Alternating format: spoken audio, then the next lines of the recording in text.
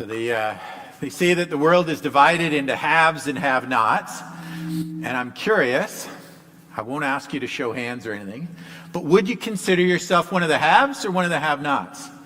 Have you ever thought about that? There are futurists who talk about, what's coming in the coming days, and they project that the earth will kind of become, there'll be people that'll get richer and richer, and then the poor will get poorer and poorer, and the middle class will kind of disappear because there'll just be those two extremes.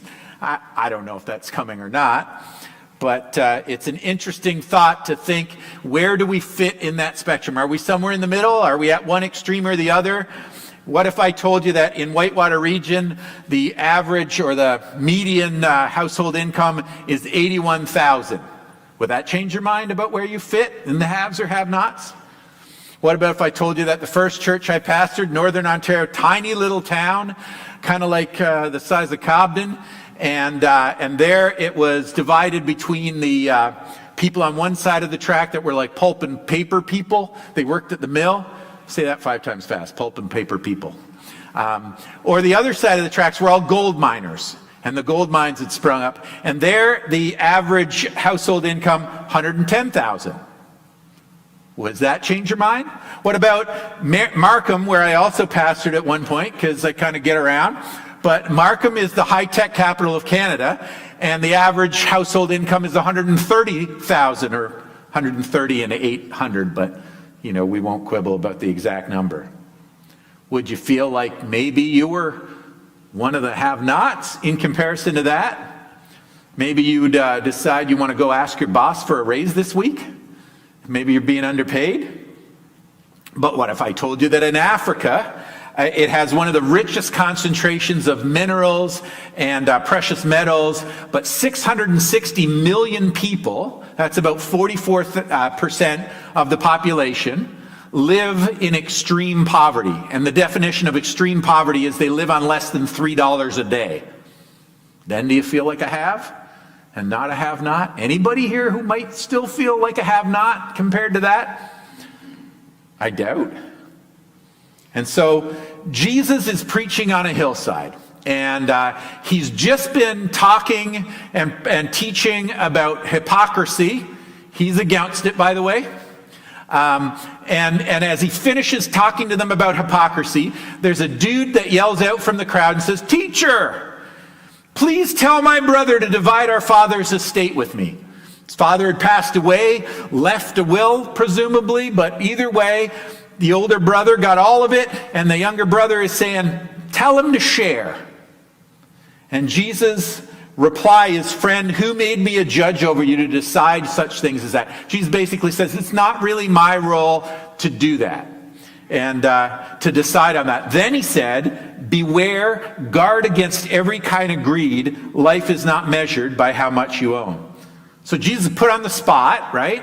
And the guy thinks, I'm entitled to half of that. It's not fair. And here's my moment. I'll ask Jesus. Everybody respects Jesus. Everybody here is a fan of Jesus.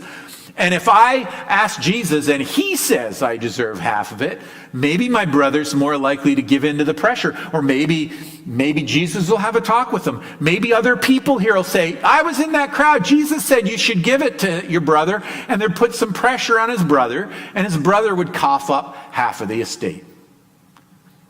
And so he thinks that might be what happens, and it can't hurt. And so he puts Jesus on the spot and asks him to do this. And Jesus' answer doesn't really answer the question. It isn't particularly helpful to the guy. He doesn't give any indication of whether the guy deserves it or doesn't deserve it, unless, you could, I guess, say, well, when he says this about greed, doesn't that mean he's saying, you're greedy, you don't deserve a share of the inheritance, you're being greedy here, it really belongs to your brother and leave him alone, and you don't deserve it. But is that really what Jesus is trying to say?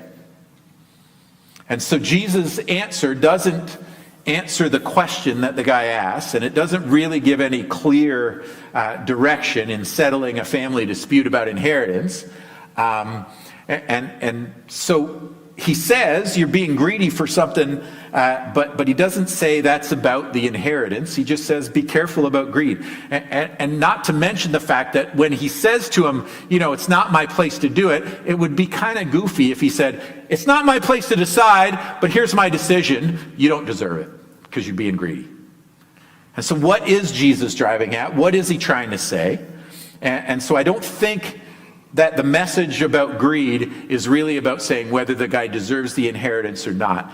And there's a reason for that, because as we continue on, Jesus continues to tell a couple of stories in answer to the guy's question. And so the story of a rich man who has such a bumper crop that he doesn't have, his barns just can't hold it all. And he goes, well, I know the solution. I'll tear down my barns. I'll build bigger barns.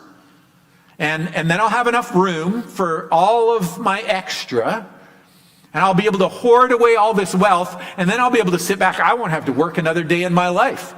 Farmers, does that sound good? It sounds like a really great retirement plan, right?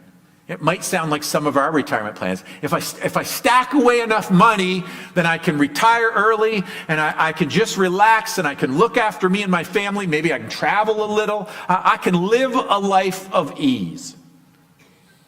And so it sounds like a decent retirement plan. I'll sit back and say to myself, my friend, you have enough stored away for years to come. Now take it easy, eat, drink, and be merry. Sounds like a good retirement plan. But Jesus says the guy's a fool. Why does he say that? And then we move on to the next story. And Jesus' second story is about people on the other end of the economic spectrum. People who are struggling to have enough food and clothes, basic necessities, that they're struggling to have enough of.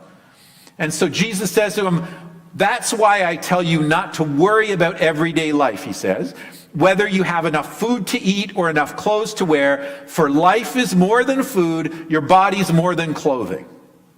And if God cares so wonderfully for the flowers that are here today and thrown in the fire tomorrow, he will certainly care for you. Why do you have so little faith? And don't be concerned about what to eat and what to drink. Don't worry about such things. These things dominate the thoughts of unbelievers all over the world, but your Father already knows your needs. So Jesus is saying to those people who are struggling to make ends meet, struggling to have their next meal, aren't sure if they've got enough to provide, decent clothing, and he says to them, why are you so worried about that stuff? Your Father knows what you need. And so Jesus tells those two stories, one about a rich man, and one about people who have not and are struggling to have their basic needs met. And Jesus' answer to them, on one level, sounds kind of harsh, and especially when he says to the people who have not, and they're struggling and they're worrying, what he says to them is, these things dominate the thoughts of unbelievers. Ouch, right? Like that hurts. If you aren't sure where your next meal's coming from, and you're worried about having enough to get by for basic necessities, for Jesus to say, when you worry about that, you're acting like an unbeliever. So the rich and the poor both get pretty offensive responses on one level. The rich guy is just trying to take care of himself, and he's worked, he's earned it, it belongs to him, and he calls him a fool. And the poor people are worried about having enough to get by, and he says, that's what unbelievers do. Like people who don't believe in God struggle with stuff like that and worry about those kind of things. And so if you're sitting in the crowd, whether you consider yourself a have or a have not, whether you're sitting here this morning, you consider yourself a have or a have not, Jesus has said something that is very challenging. If you're rich and you're careful with your money, you're a fool. If you're poor and you're worried, you're acting like an unbeliever. Which brings us back to the original question of the guy who called out to him. See, when he calls out to Jesus and he tries to get him involved in this dispute, he's concerned with what he might get or what he might not get. And we don't know whether he was rich or poor, and Jesus probably doesn't know at that stage either. He might not know where this guy is coming from on that level, but his answer would be the same either way. And so he gives an example of having or not having that really add up to the same thing. See, Jesus' answer isn't an answer to his question, not because Jesus is being cagey or sly about it. He's not sneaking one in by saying you're being greedy and that's your answer. You don't deserve it. He's saying you're asking the wrong question. Your concern is with the wrong matter. You are so worried about whether you get your fair share, whether you have or you end up not getting it. And so your question is the wrong question. That's why he doesn't answer it. But he answers a different question, and he gives them a different piece of advice. He says, beware of greed. And the thing is, if you have a lot, like the guy who's got barns that aren't enough to hold it, he builds bigger barns and he hoards his wealth and he says, I'll just make me more comfortable. The guy is so focused on himself and what he has that he even talks to himself and says, my friend. Like he's got no other friends. He definitely doesn't have any friends who are struggling that he's going to help out. He just goes, I'll just stock it away and I'll be more comfortable. I earned it. I deserve it. I'm in this place. I'm the one being blessed. Obviously, the thing to do is just enjoy it. And the people he's talking to who don't have, who are struggling for their next meal, they're so focused on getting enough and making sure they're safe, and where their security comes from is if I had just a little more, or maybe a little more than that, or a little more than that. And he says, you're so hyper-focused on that takes all of your attention. And so whether you're rich or poor, they're focused on what they have. Whether it's a lot or a little, they're focused on the amount that they have and their own comfort and their own security. Now you might remember that second story about, the lilies of the field and not worrying about what you have and whether you've got enough clothes or food, because Matthew's gospel also tells that story. And we looked at that passage when we were doing our anxiety series. And so we were talking about how important it is not to worry. But Luke, when he tells the story, he shifts the focus a little bit. So it's the same story. It's the same teaching of Jesus, basically. But Luke says there was something else Jesus said that's really significant here because of what that guy said. And he picked up on the connection. And so for Luke, he says, Jesus said, beware of greed. And that isn't recorded in Matthew's gospel as part of this interchange, but Luke tells that part of the story. He says, that's really significant here. And it was because of that guy that said it. He connected those dots. God gave him that insight. And so Luke records that Jesus finished off these two stories about greed as well with two other things that are unique to his rendition. And it's two ways that we can practically deal with if our lives are in such a place where we are so focused on our security being in things, whether it's so many things that we just are comfortable and lackadaisical about our world, or whether we're going without and struggling a little bit. And so we're focused and worried about it, and we're letting it occupy our thoughts. And so Jesus is saying, seek the kingdom first. And that's what he says. That's his advice, to overcome this hyper focus on what we have or what we don't have, to focus so much on riches, the ones we have or the ones we wish we had. And he says, look, that shouldn't be our place of security. That shouldn't be the focus of your entire thought life. That shouldn't be the passion of your life. That shouldn't occupy that much brain space or that much passion from your heart. That's what's totally driving the decisions you make and the places you're going and the things you do. If you're chasing after it to gather it and keep it, to get rich and comfortable, or if you're chasing after it because you're afraid, he says neither one of those things is healthy. And so he says there's two things you can do that would help with that situation. The first is seek the kingdom of God above all else, and he will give you everything you need. So don't be afraid, little flock, for it gives your Father great happiness to give you the kingdom. He says, if you're so focused on being okay in this world, whether you're rich or whether you're poor, if that's your focus, you're not going to be giving attention to the things of the kingdom the way that you should. And you can be distracted from what's heavenly by being so focused on what's happening in the here and now.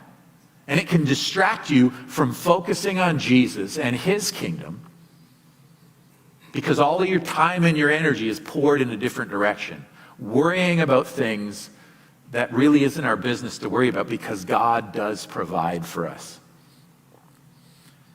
And so he says that hyper-focus, that making that the most important thing, chasing after it, thinking about it constantly. How can I get more? And so he says, seek the kingdom first, and then your priorities are going to focus. If you put that number one, then other things will fall into place. It doesn't say it can never cross your mind, or you never plan, or you don't do responsible things with it. But if that becomes so important to you, it can take up brain space, and it can take up part of your heart that really belongs to the kingdom. And so he says the corrective to that is to seek the kingdom of God above all else. The other thing he says is a little more hard to take. He says, seek the kingdom, focus on your purpose in him as your number one thought, and that guides your decisions and rules in your life. And then he also says, sell your possessions and give to those in need.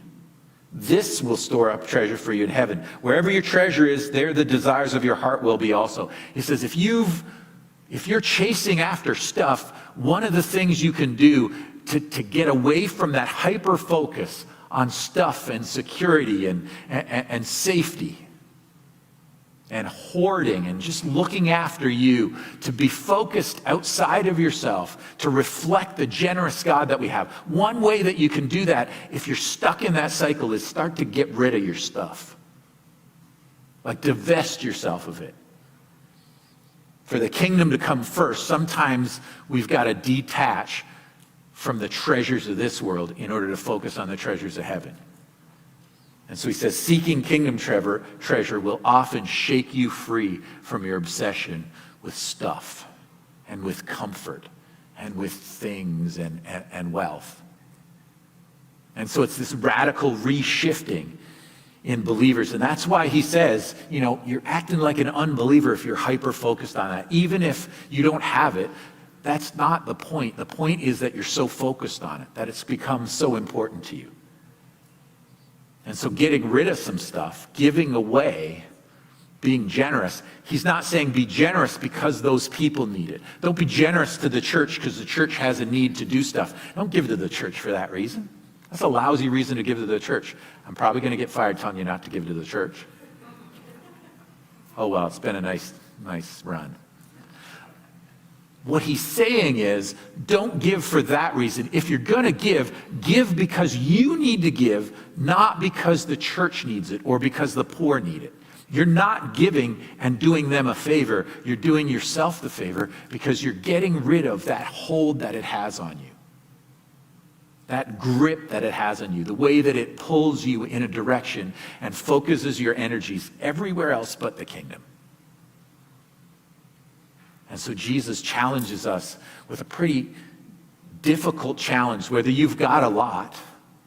Remember, there was a rich young ruler once, and he comes, Jesus, what do I have to do? And he says, well, sell everything you got. And he's saying the same thing to a whole crowd of people here. He's saying, give away your possessions. And he's telling them, if you're worried about not having enough to eat, give away what you got. If that has become so important to you and you're chasing after that, and that's so occupied your thought life, you need to stretch yourself and learn to trust God above all else. Don't give because someone else needs it. Don't give for that reason. Give to free yourself of that obsession that occupies all your thinking and all your acting, and you're chasing after that with your life, that radical act of selling possessions to give to others in need. And then maybe those people aren't hyper-focused on it either. So if you've got and you sell it, then they won't be as focused and you won't be as focused on things that should not matter. And it's easy to say it doesn't matter to get rich, but it's hard to say it doesn't matter if I got enough or not. But if you're worried and you're the one that has to make it happen, it's like you're acting as if God isn't there to provide for you, or like he's ever not been generous enough to make sure you're taken care of. And there's this place of trust that you put yourself in if you're generous in a way that you go, well, I don't know how this is going to work out, but I'm going to trust Jesus for it. And so the challenge from Jesus this morning for us is for us to not just everybody give everything that they have, but for all of us to consider, what things do I have? What wealth do I hold? What have I hoarded that I don't need and is really occupying my thinking and occupying my heart in ways that are unhealthy? That Jesus is challenging us. And if his voice is telling you, I need to let go of that, the best thing you can do is give it away and seek him first, so that your heart is fully his and you're fully trusting him. Don't do it because the church has needs, and don't do it because somebody's shaking the bushes and trying to get you to give up. But if you feel the pull of things, and if you feel the pull of security, and if you feel the pull of wealth, listen for his voice and ask him, what am I hanging on to that I should be letting go of? And if you're challenging me the way you challenged your audience there, if you're using your words to dig into my heart and ask me what I really value, pick the kingdom. If the choice is between the kingdom and wealth, if the kingdom and security, no matter how little security, how little you have, if your security is in that, then it's in the wrong place. Trust him. And you'll never need something that you don't have, because he's a good and he's a generous God. He's the same God who welcomes us to the table and invites us into his kingdom to receive from him.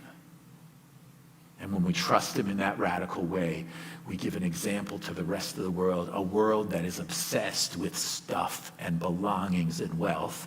And when we live differently, it says that we really believe in this Jesus guy.